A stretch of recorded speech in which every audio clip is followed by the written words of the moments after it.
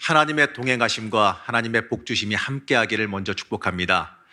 여러분들에게 이렇게 물어본다면 어떻게 하실지 모르겠는데요. 여러분들에게 당신은 누구십니까? 이렇게 물어본다면 여러분들은 어떻게 대답하시겠습니까? 당신은 누구십니까? 여러 가지 대답이 있을 수 있을 것 같습니다.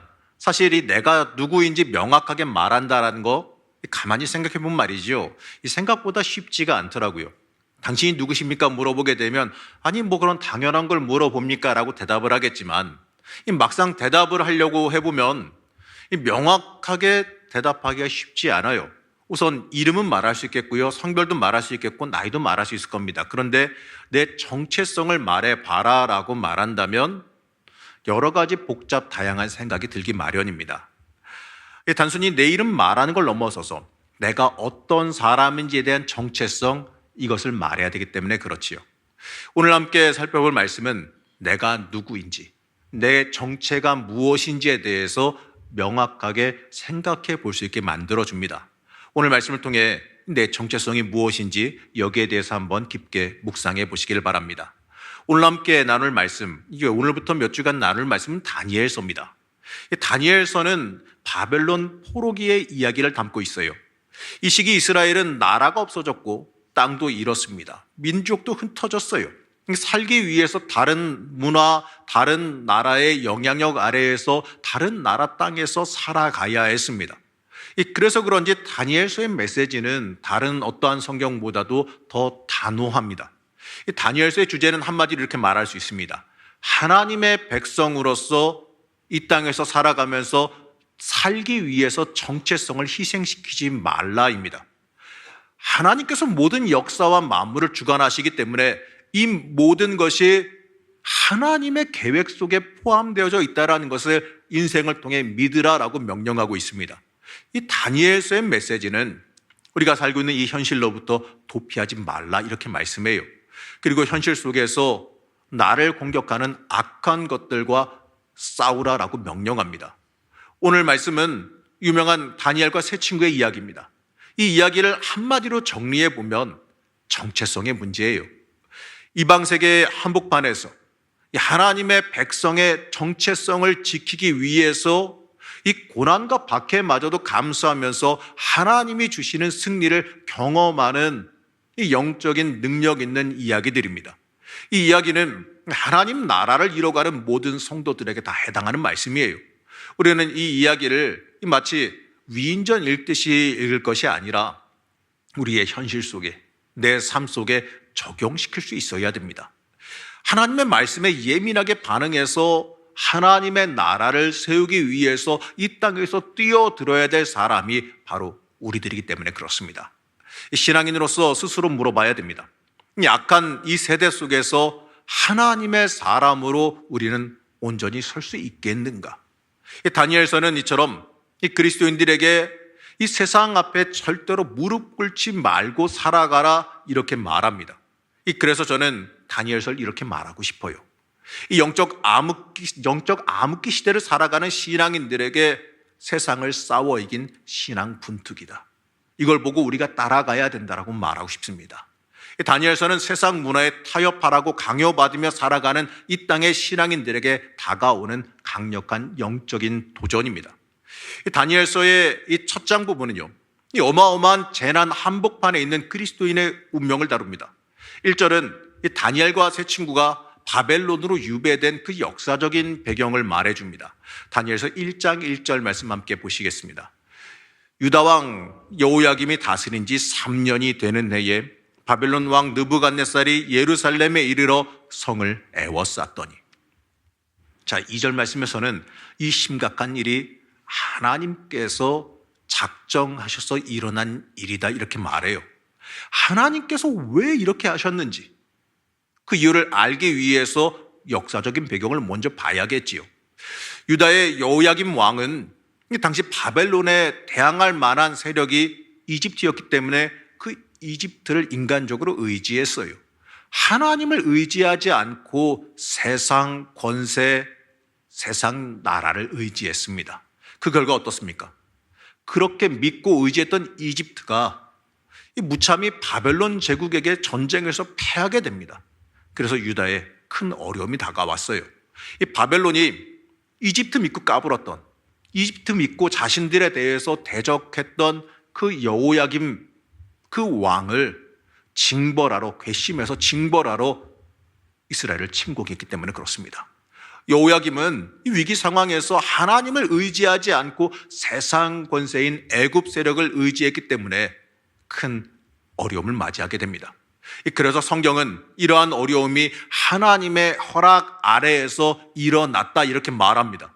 이 사건은 바벨론의 침략 행위 같지만 사실 말이죠, 하나님의 의지, 하나님의 징계를 드러내는 사건입니다.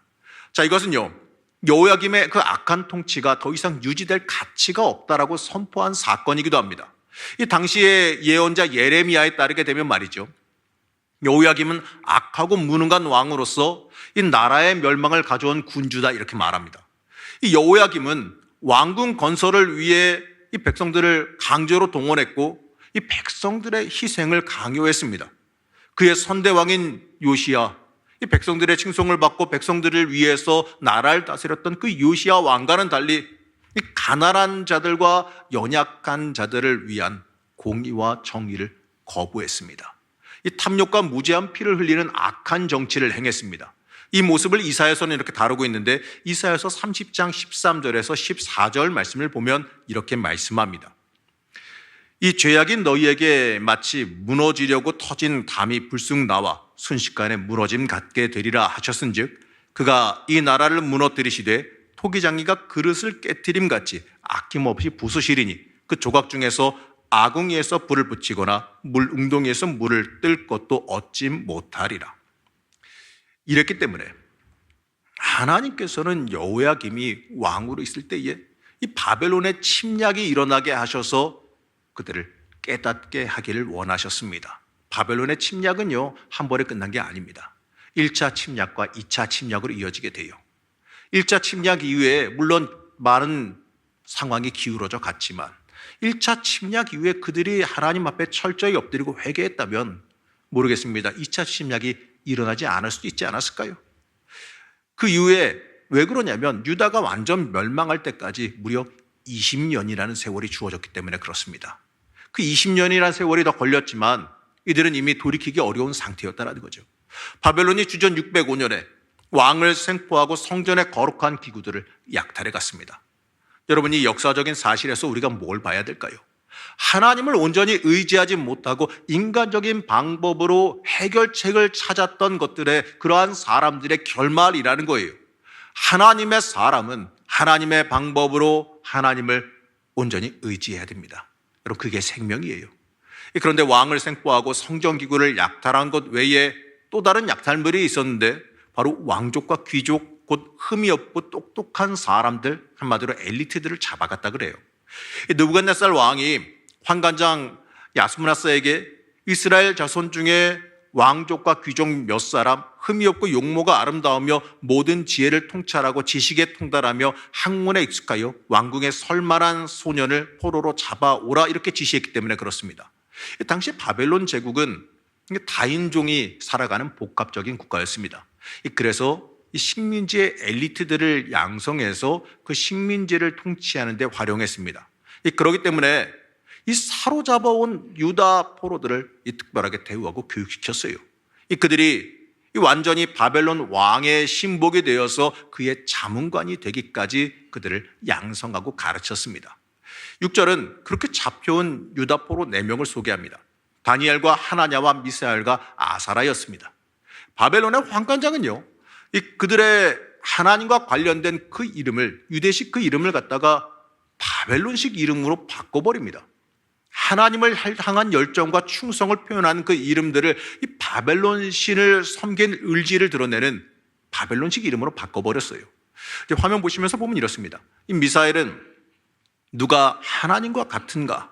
하나냐는 하나님은 은혜로우시다. 아사랴는 하나님이 도우셨다란 뜻입니다. 그런데 미사엘은 바벨론 땅의 여신 아쿠의 이름인 메삭으로 바꿔버렸고, 아사랴는 바벨론 신 느고의 종이란 이름의 아벤느고로, 하나냐는 바벨론 신 아쿠의 명령이라는 의미를 지닌 사드락으로 바꿔버렸어요. 그리고 하나님이 재판하신다라는 의미를 지닌 다니엘을 갖다가 벨신이여 왕을 보호하소서라는 뜻인 이 벨드사살이란 이름으로 바꿔버렸습니다. 자, 이들이 아무런 저항할 틈도 없이 이 유대인으로서의 정체성, 하나님의 백성으로 하나님의 사람으로서의 정체성을 빼앗겨 버렸어요.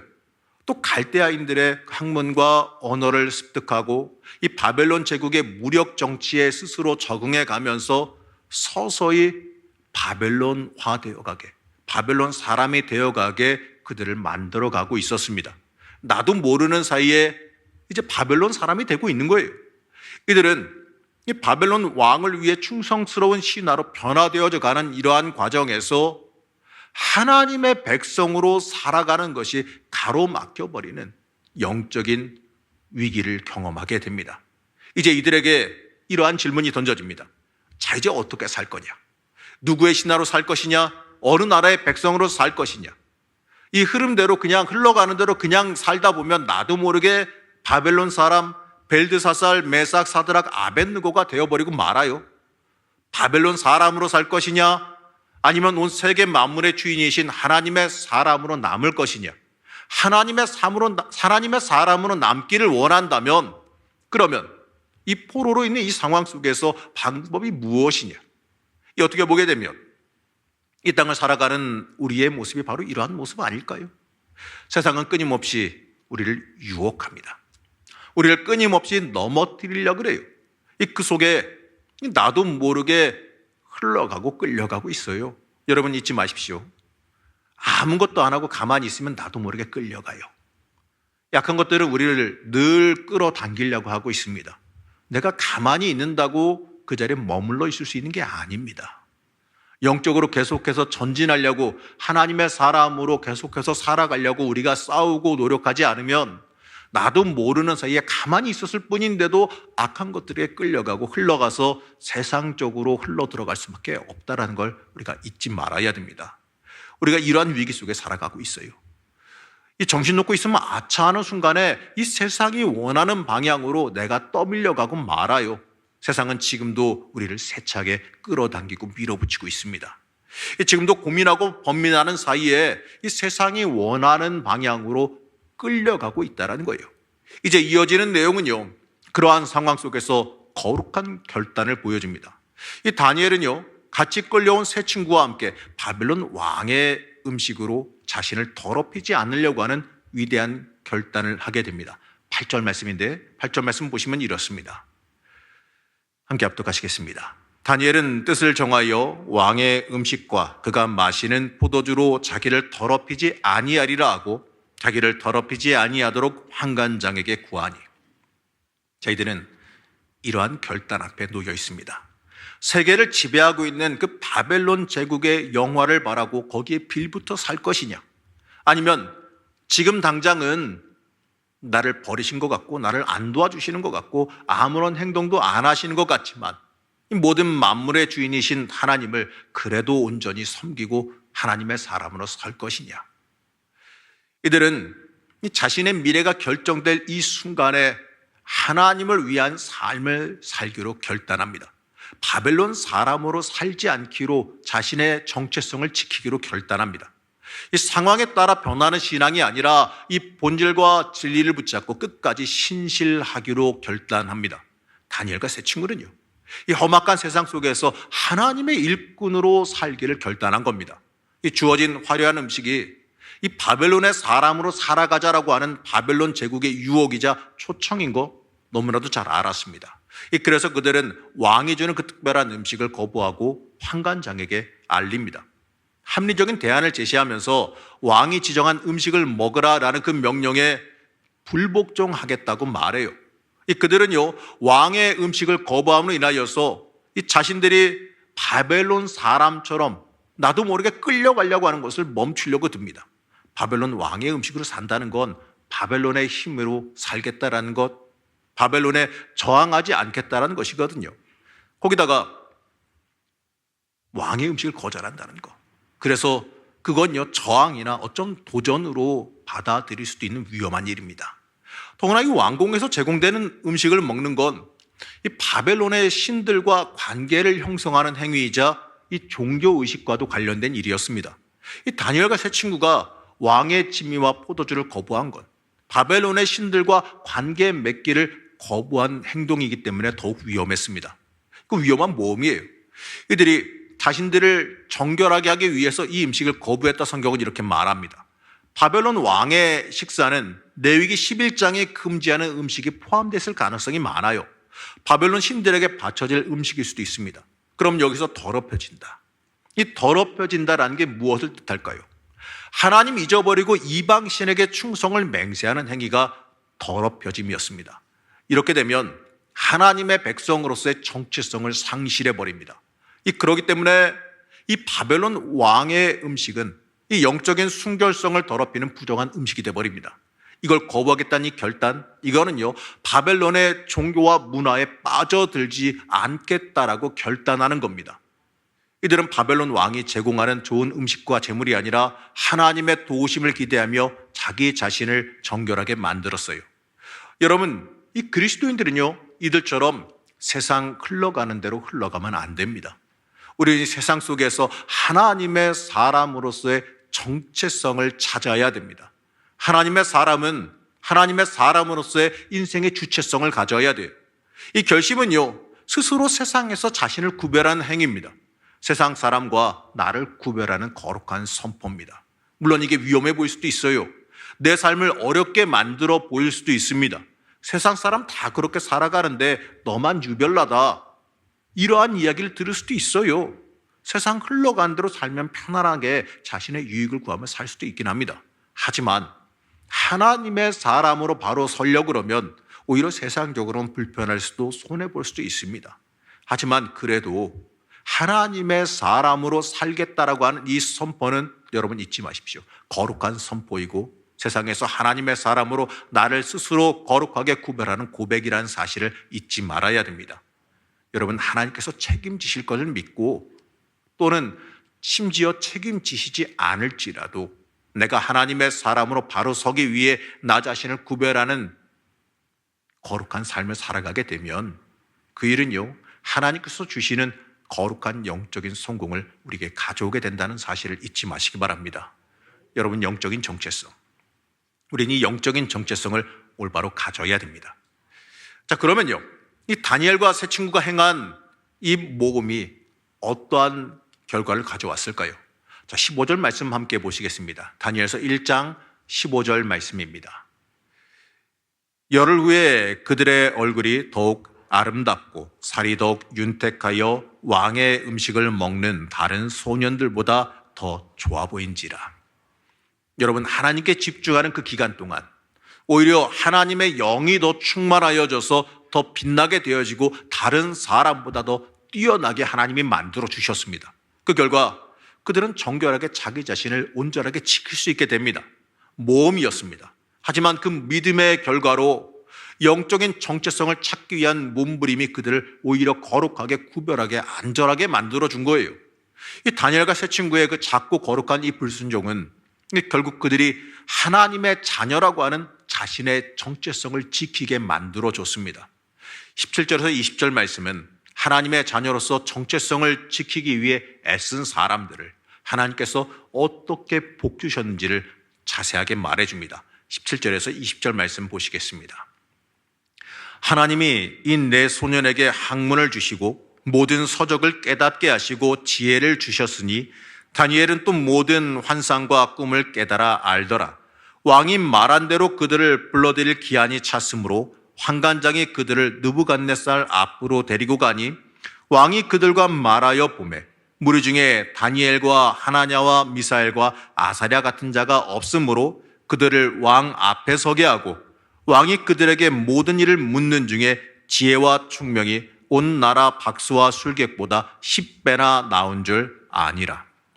여러분, 하나님은요 하나님의 자녀로 서기 위해 이 자기 스스로의 정체성을 온전하게 세우는 사람, 스스로 세상에서 하나님의 사람으로 거룩하게 구별되는 사람을 하나님께서 책임지시고 지키심을 믿으시기 바랍니다. 사랑하는 우리 성도 여러분, 세상에서 내 자신의 온전한 정체성을 찾으시기 바랍니다. 그리고 그 정체성을 지키며 살아가시길 바라요. 다니엘서 1장은 다니엘과 세 친구가 이 자신의 영적 정체성을 지키기 위해 치른 희생과 그 결과를 보여줍니다. 이 현실 권력과 이 부귀영화는 이 세상을 살아가는 모든 사람들에게 어찌 보게 되면 뿌리치기 힘든 유혹일 수 있습니다. 그러나 이 다니엘과 세 친구는 바벨론 제국의 그 현실 권력보다 하나님 나라의 질서를 믿고 거기에 모든 걸 다 걸었어요. 내가 누구인지를 정확하게 알았기 때문에 그렇습니다. 이러한 결단과 모습이 이 복잡하고 어려운 세상 가운데에서 우리가 가져야 되는 영적인 지혜입니다.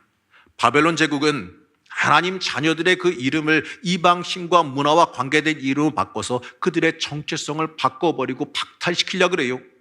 호의를 베푸는 것 같아 보이지만 그들에게 더 이상 하나님의 자녀로 살지 말라고, 하나님 말고 다른 신을 섬기라고 유혹합니다. 바벨론에 충성된 백성으로, 세상에 충성된 백성으로 살아가라라고 우리를 유혹합니다. 그러다 그들은 거부할 수 없는 그 현실 속에서 신앙으로 자신의 정체성을 지켰습니다. 그것이 오히려 그들에게 살 길이 됐어요. 오늘날 우리는요, 바벨론 왕이 즐기는 이 산의 진미를 탐하기 쉬운 시대를 살아가고 있습니다.